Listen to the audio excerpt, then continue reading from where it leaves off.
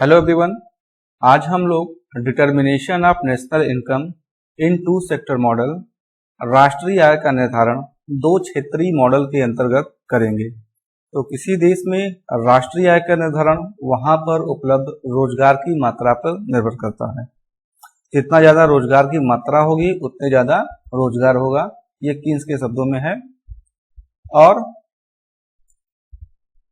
रोजगार की मात्रा आपका एग्रीगेट डिमांड और एग्रीगेट सप्लाई, समग्र मांग और समग्र पूर्ति पर निर्भर करता है। तो आज के टॉपिक में हम लोग इसी का डिस्कस करेंगे कि किस प्रकार से अर्थव्यवस्था में राष्ट्रीय आय का निर्धारण होता है। तो जनरली किसी भी इकोनॉमी में 4 सेक्टर होते हैं। आपके इकोनॉमी में आपके 4 सेक्टर होते हैं। एक होता है आपका हाउस होल्ड सेक्टर, जिसको हम लोग घरेलू क्षेत्र बोलते हैं।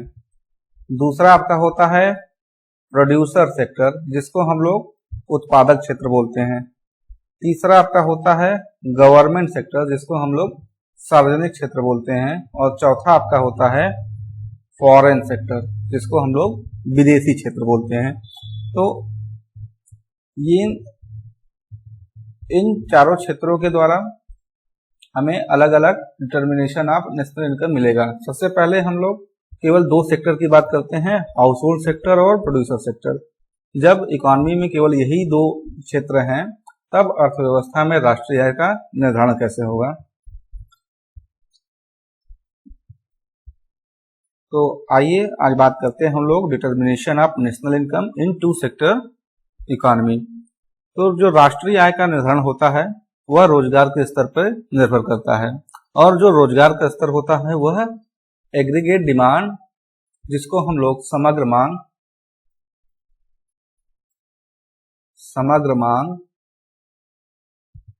और शॉर्ट में एडी कहते हैं, तथा समग्र पूर्ति एग्रीगेट सप्लाई,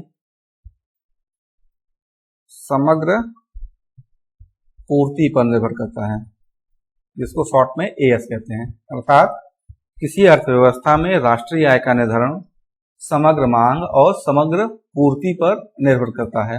अब हम लोग इन दोनों को एक एक करके समझेंगे। सबसे पहले बात करते हैं समग्र मांग की। तो समग्र मांग का मतलब होता है कि अर्थव्यवस्था के सभी क्षेत्रों द्वारा की गई मांग। तो जैसा कि हम जानते हैं हमारी इकोनॉमी 4 सेक्टर में बटी होती है। एक हाउस होल्ड सेक्टर, घरेलू क्षेत्र, प्रोड्यूसर सेक्टर, उत्पादक क्षेत्र, गवर्नमेंट सेक्टर, सार्वजनिक क्षेत्र और फॉरेन सेक्टर, जिसको हम लोग विदेशी क्षेत्र कहते हैं। तो इन सभी की मांग का योगफल हमारा समग्र मांग को दिखाता है सिंपल भाषा में। तो देखिए, demand by all the sector of economy, अर्थव्यवस्था के सभी क्षेत्रों द्वारा की गई मांग हमारी एग्रीगेट डिमांड है। और अर्थव्यवस्था के हमारे सभी डिमांड को अगर हम लोग बांटा जाए तो एक हो जाएगी हाउस होल्ड डिमांड यानी घरेलू क्षेत्र की मांग, दूसरा हो जाएगी प्रोड्यूसर डिमांड यानी उत्पादक क्षेत्र की मांग, तीसरा हमारा हो जाएगा गवर्नमेंट एक्सपेंडिचर यानी सार्वजनिक क्षेत्र की मांग, और चौथा हो जाएगा फॉरेन डिमांड। अब हम यानी विदेशी क्षेत्र की मांग। अब ये हाउस होल्ड डिमांड क्या है? हाउस होल्ड में हमारा घरेलू क्षेत्र, व्यक्ति और घरेलू क्षेत्र आता है। और ये सेक्टर वस्तुओं और सेवाओं की मांग करता है और इन पर जो वो खर्च करता है उसे हम लोग उपभोग पर व्यय कहते हैं या कंजम्पशन एक्सपेंडिचर कहते हैं। वहीं दूसरा हमारा है प्रोड्यूसर डिमांड। तो प्रोड्यूसर डिमांड के अंतर्गत हमारा जो प्रोड्यूसर होता है वो वस्तुओं और सेवाओं के निर्माण के लिए raw materials, machinery, factors of production, इन सभी चीजों की मांग करता है, जिसको हम लोग इन्वेस्टमेंट एक्सपेंडिचर या निवेश मांग कहते हैं। वहीं हमारा तीसरा है गवर्नमेंट सेक्टर। तो सरकार विभिन्न प्रकार की कल्याणकारी योजनाएं चलाती है, सड़क बनाता है, पुल बनाता है, एजुकेशनल इंस्टीट्यूट खोलता है, मेडिकल फैसिलिटी प्रोवाइड करता है, इंफ्रास्ट्रक्चर डेवलपमेंट करता है। तो इस पर होने वाला खर्च हमारा गवर्नमेंट एक्सपेंडिचर, पब्लिक एक्सपेंडिचर या सार्वजनिक व्यय के नाम से जाना जाता है। और चौथा हमारा है फॉरेन डिमांड। फॉरेन डिमांड में क्या होता है? हमारे देश का विश्व के अन्य देशों के साथ आर्थिक संबंध होता है। हम विश्व के अन्य देशों से कुछ वस्तुएं और सेवाएं एक्सपोर्ट करते हैं और इंपोर्ट करते हैं। तो इसी का अंतर हमारा एक्सपोर्ट माइनस इंपोर्ट हमारे फॉरेन सेक्टर की डिमांड को डिनोट करेगा। कंजम्पशन एक्सपेंडिचर को हम लोग शॉर्ट में सी से डिनोट करेंगे, इन्वेस्टमेंट एक्सपेंडिचर को आई से, पब्लिक एक्सपेंडिचर को जी से और एक्सपोर्ट माइनस इंपोर्ट को एक्स माइनस एम के द्वारा डिनोट किया जाएगा। अब C प्लस आई प्लस जी प्लस एक्स माइनस एम को अगर हम जोड़ देंगे तो ये हमारा एग्रीगेट डिमांड बन जाएगा। अब एग्रीगेट डिमांड के बारे में समझ लेने के बाद हम लोग एग्रीगेट सप्लाई की बात करते हैं। तो जो एग्रीगेट सप्लाई होती है यह अर्थव्यवस्था में किसी एक वित्तीय वर्ष के दौरान वस्तुओं और सेवाओं की कुल पूर्ति को डिनोट करता है। Supply of goods and services produce during a financial year, किसी वित्तीय वर्ष के दौरान वस्तुओं और सेवाओं की कुल पूर्ति जो होती है वही हमारा क्या है, एग्रीगेट सप्लाई होती है। अब ये जो पूर्ति हुई है इसका अगर हम वैल्यू कैलकुलेट करें, मार्केट में बेचें, तो जो वैल्यू आएगी उसे हम लोग बोलेंगे value of output produce during a financial year. वित्तीय वर्ष के दौरान उत्पादित वस्तुओं और सेवाओं का मूल्य, यानी जितनी वस्तुएं बनी अगर हम उसको मार्केट में बेचते हैं तो कितना वैल्यू मिलेगा, कितना मूल्य मिलेगा। अब ये जो मूल्य होगा यह उत्पत्ति के साधनों में वितरित हो जाएगा। तो मुख्य रूप से हमारे उत्पत्ति के 4 साधन होते हैं। एक होता है लैंड, जिसको हम लोग हिंदी में भूमि बोलते हैं। दूसरा आपका होता है लेबर, जिसको हम लोग मजदूर बोलते हैं या श्रम बोलते हैं। तीसरा आपका होता है कैपिटल, जिसको हम लोग पूंजी बोलते हैं। और चौथा आपका होता है एंटरप्रेन्योर। अब भूमि को जब आपने काम पे लगाया है तो उसके बदले में आपको उसे कुछ भुगतान करना पड़ेगा, जिसे हम लोग रेंट कहते हैं, रेंट या लगान कहते हैं। फिर इसके बाद जो अगला है आपका लेबर, लेबर को हमें वेज देना पड़ता है या मजदूरी देनी पड़ती है। तीसरा आपका है कैपिटल, कैपिटल को हमें इंटरेस्ट प्रोवाइड करना पड़ता है, यानी ब्याज देना पड़ता है। और एंटरप्रेन्योर को प्रॉफिट होता है। तो देखिए जो आउटपुट है वह इन्हीं मुख्य रूप से 4 साधनों में वितरित हो जाता है। और ये उत्पत्ति के चारों साधन क्या है आपके, रेंट हो गया, वेज हो गया, इंटरेस्ट हो गया और प्रॉफिट हो गया। तो हमने इससे पहले नेशनल इनकम का ऑफलाइन क्लास में देखा हुआ था, वहां पे जो एक्सपेंडिचर मेथड था उसमें राष्ट्रीय आय आपकी rent plus wage plus interest plus profit के द्वारा हमें मिल जा रही थी। अब ये जो राष्ट्रीय आय हो जाएगी आपकी, या तो कंज्यूम कर ली जाएगी या तो सेव कर ली जाएगी। तो यहाँ पे जो एग्रीगेट सप्लाई होगा वो क्या हो जाएगा, या तो कंज्यूम हो जाएगा या तो सेव हो जाएगा। तो ये हमारा बेसिकली एग्रीगेट डिमांड और एग्रीगेट सप्लाई है, जिसमें इस लेक्चर में हम लोग केवल 2 सेक्टर मानेंगे, एक हाउस होल्ड सेक्टर और दूसरा प्रोड्यूसर सेक्टर। ये दोनों सेक्टर जब इकोनॉमी में होंगे, बाकी 2 सेक्टर आपके गवर्नमेंट सेक्टर और फॉरेन सेक्टर नहीं होंगे, तब किस प्रकार से हमारा राष्ट्रीय आय का डिटर्मिनेशन होगा यही हमें जानना है। तो आइए एक बार फिर से देखते हैं determination of national income in 2 sector model.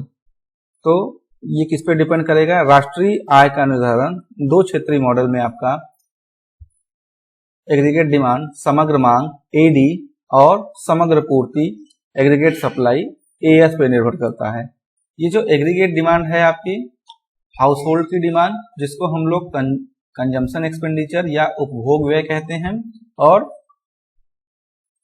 दूसरा सेक्टर आपका क्या था, प्रोड्यूसर सेक्टर, और उसकी डिमांड को हम लोग इन्वेस्टमेंट एक्सपेंडिचर कहते हैं, यानी इसे सी से डिनोट करेंगे और इसको आई से डिनोट करेंगे। एग्रीगेट सप्लाई जो को हमने देखा हुआ था राष्ट्रीय आय के बराबर हो जाती है, और राष्ट्रीय आय हमारी या तो कंज्यूम कर ली जाएगी या तो सेव कर ली जाएगी, C प्लस S। तो किसी भी अर्थव्यवस्था में राष्ट्रीय आय का निर्धारण उस बिंदु पर होगा जहां पर एग्रीगेट डिमांड और एग्रीगेट सप्लाई एक दूसरे के बराबर होगी। ये देखिए हमारा एग्रीगेट डिमांड क्या होता है, एग्रीगेट डिमांड बराबर C प्लस I, और वहीं पे एग्रीगेट सप्लाई हमारी क्या होती है, C प्लस S। तो डिटर्मिनेशन ऑफ नेशनल इनकम जहां पे हमारी एग्रीगेट डिमांड और एग्रीगेट सप्लाई दोनों बराबर हो, तो हो जाएगा C प्लस आई बराबर C प्लस एस। C से C कट गया, आपका हो गया I इक्वल टू एस। ये क्या है आपका, ये इक्विलिब्रियम कंडीशन है, साम्य की दशा है, संतुलन की शर्त है। एक मिनट, ये क्या है आपका, इक्विलिब्रियम कंडीशन है। अब हम लोग डायग्राम के माध्यम से और मैथमेटिकली राष्ट्रीय आय का निर्धारण किस प्रकार होगा इसे देखेंगे। तो सबसे पहले हम एग्रीगेट सप्लाई की बात करते हैं। तो आपको पता है एग्रीगेट सप्लाई आपकी कंज्यूम हो जाती है लास्ट में, या तो सेव कर ली जाती है। यानी जो आपका एग्रीगेट सप्लाई है वो क्या हो गया, C प्लस एस हो गया। तो इसका डायग्राम कैसे बनता है, इधर हम लोग y एक्सिस को दिखाते हैं और ये हमारा x एक्सिस हो गया। x एक्सिस पे हमारी क्या है, राष्ट्रीय आय है। राष्ट्रीय आय ये क्या होती है हमारी, लगान प्लस मजदूरी प्लस ब्याज प्लस लाभ में वितरित हो जाती है।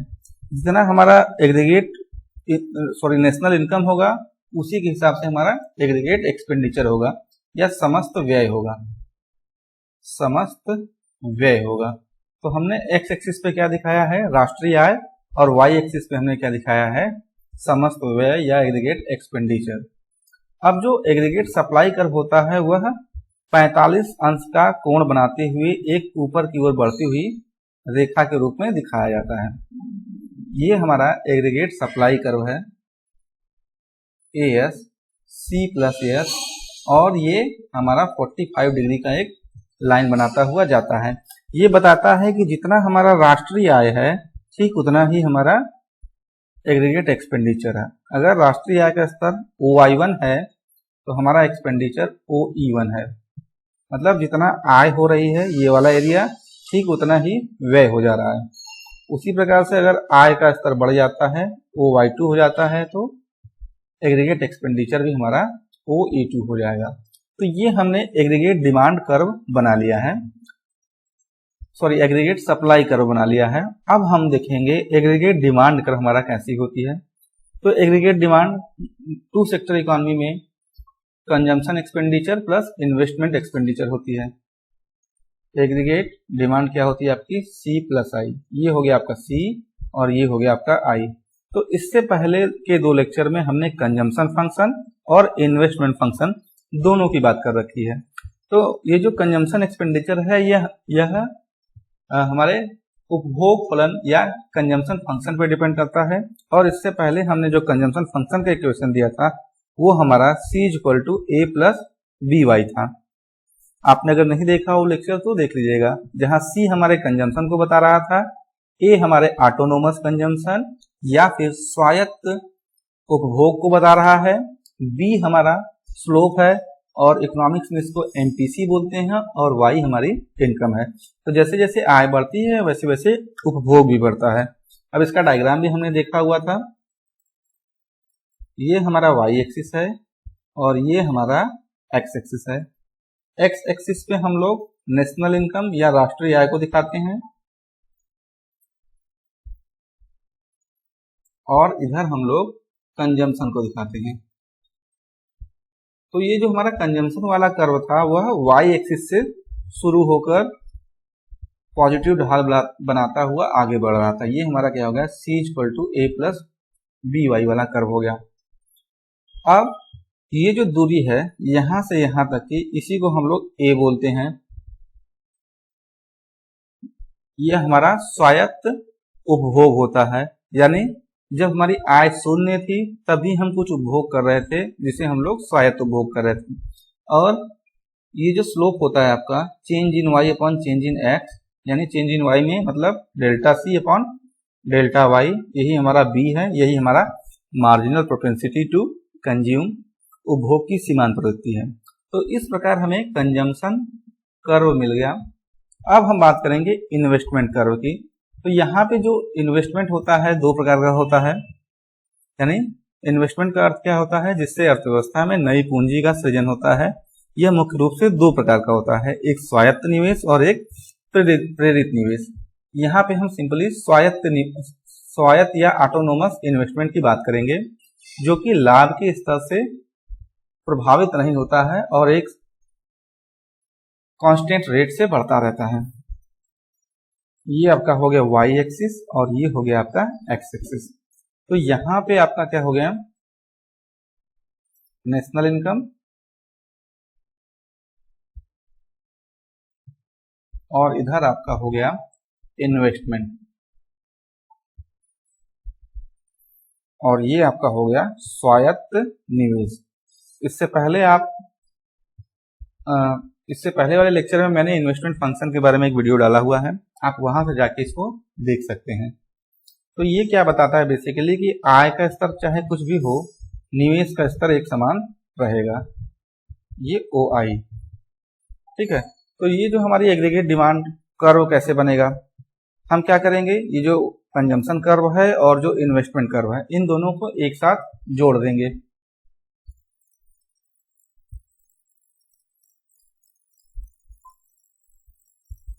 ये आपका हो गया ऑटोनोमस इन्वेस्टमेंट वाला कर्व और ये आपका हो गया कंजम्पशन वाला कर्व। इन दोनों को जोड़ेंगे तो जो एग्रीगेट डिमांड कर्व होगा वह ऊपर इस प्रकार से जाएगा, एग्रीगेट डिमांड बराबर C+I। इधर हम लोग एग्रीगेट एक्सपेंडिचर लिख देंगे और इधर नेशनल इनकम लिख देंगे। तो ये हमारा क्या हो गया, एग्रीगेट डिमांड कर्व भी हमको मिल गया। अब हम लोग अर्थव्यवस्था में राष्ट्रीय आय के निर्धारण की बात करेंगे। तो देखिए, determination of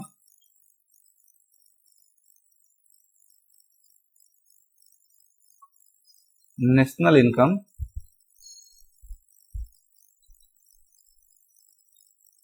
in two sector model. तो दो बातों पर डिपेंड करता है आपका, एग्रीगेट सप्लाई और एग्रीगेट डिमांड। तो एग्रीगेट सप्लाई कर्व हमारा कैसा था, ये हमारा 45 डिग्री का लाइन बनाते हुए इस प्रकार से जा रहा था। इधर हमने एग्रीगेट एक्सपेंडिचर को दिखाया है, इधर नेशनल इनकम को। वहीं एग्रीगेट डिमांड हमारा कैसा था, ये आपका C = A + BY, ये आपका I = I बार, दोनों को जोड़ने पे हमें क्या मिल गया था, AD, C+I मिल गया था। अब हम इन दोनों डायग्राम को एक साथ एक ही डायग्राम में बनाएंगे तो हमें राष्ट्रीय आय का निर्धारण कहाँ पे होता है ये पता चल जाएगा। तो देखिए, ये आपका वाई एक्सिस हो गया और ये आपका एक्स एक्सिस हो गया। इधर हम लोग एग्रीगेट एक्सपेंडिचर और इधर राष्ट्रीय आय को या नेशनल इनकम लिख देंगे। तो सबसे पहले हमारा 45 डिग्री का लाइन, एग्रीगेट सप्लाई करो AS C+S हो गया आपका। फिर ये हमारा हो गया आपका ऑटोनोमस इन्वेस्टमेंट I = I बार, ये हमारा हो गया उपभोग वक्र C = A + BY और ये आपका हो गया एग्रीगेट डिमांड AD बराबर C+I। तो जहां पे एग्रीगेट डिमांड और एग्रीगेट सप्लाई एक दूसरे को इंटरसेक्ट करता है, वहीं पर राष्ट्रीय आय का निर्धारण होता है। यही हमारा इक्विलिब्रियम पॉइंट है जहां पे राष्ट्रीय आय का निर्धारण होता है और यही हमारा रोजगार के स्तर को भी इकॉनमी में बतलाता है। तो फिलहाल के लिए हम इतने पे ही डायग्राम में छोड़ेंगे, ज़्यादा कॉम्प्लिकेटेड नहीं करेंगे। अब इसका हम मैथमेटिकली नेशनल इनकम कैसे डिटरमाइन होता है उसको भी देख लेते हैं। तो इक्विलिब्रियम की कंडीशन क्या है हमारी, इक्विलिब्रियम कहाँ पे होगा? राष्ट्रीय आय का निर्धारण किस संतुलन पे होगा? जहां पे हमारी एग्रीगेट सप्लाई एग्रीगेट डिमांड के बराबर हो जाएगी। तो एग्रीगेट सप्लाई हमारी क्या होती है? C प्लस एस, और एग्रीगेट डिमांड हमारी C प्लस आई होती है। ये हमारा जो C प्लस एस होता है वो नेशनल इनकम के बराबर होता है, और हम C की जगह पे क्या रख देंगे? C equal to A plus B Y रख देंगे, और I की जगह पे आई बार या ऑटोनोमस इन्वेस्टमेंट को रखेंगे। अब ये जो आपका, इसको हम y के रिस्पेक्ट में इस इक्वेशन को सॉल्व कर लेंगे और हमें इकोनॉमी में आय का स्तर कितना है वो पता चल जाएगा। तो ये आपका हो जाएगा y minus B Y, left hand side में आएगा। अब हमारे पास हो जाएगा a प्लस आई बार। यहां से हम लोग y को कॉमन ले लेंगे, तो यहाँ पे 1 बचेगा और यहाँ पे b बचेगा। ये आपका हो गया a प्लस आई बार। अब y बराबर क्या हो गया आपका? ये इतना डिवाइड मल्टीप्लाई है, इस साइड आएगा तो डिवाइड हो जाएगा। y equal to 1 by 1 minus B और a प्लस आई बार। तो यही अर्थव्यवस्था में राष्ट्रीय आय का स्तर निर्धारित हो गया।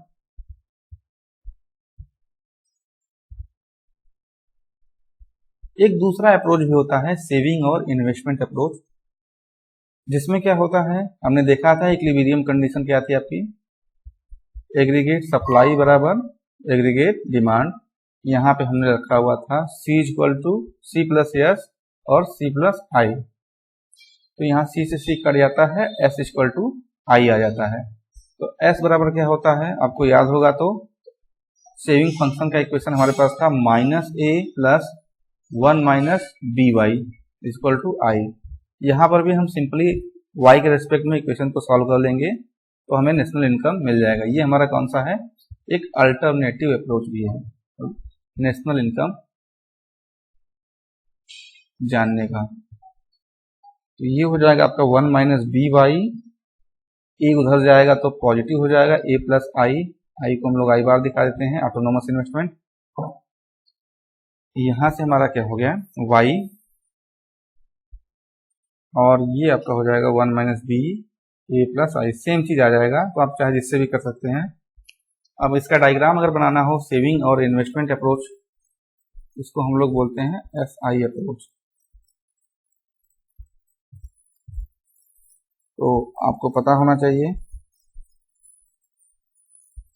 इधर एग्रीगेट एक्सपेंडिचर और इधर नेशनल इनकम, ये हमारा इन्वेस्टमेंट फंक्शन, और ये हमारा हो गया सेविंग फंक्शन। तो सेविंग और इन्वेस्टमेंट जहां एक दूसरे को इंटरसेक्ट करेंगे वहीं पे हमारी क्या होगी? राष्ट्रीय आय डिटरमाइन हो जाएगी। तो आज के लिए इतना ही। Thank you.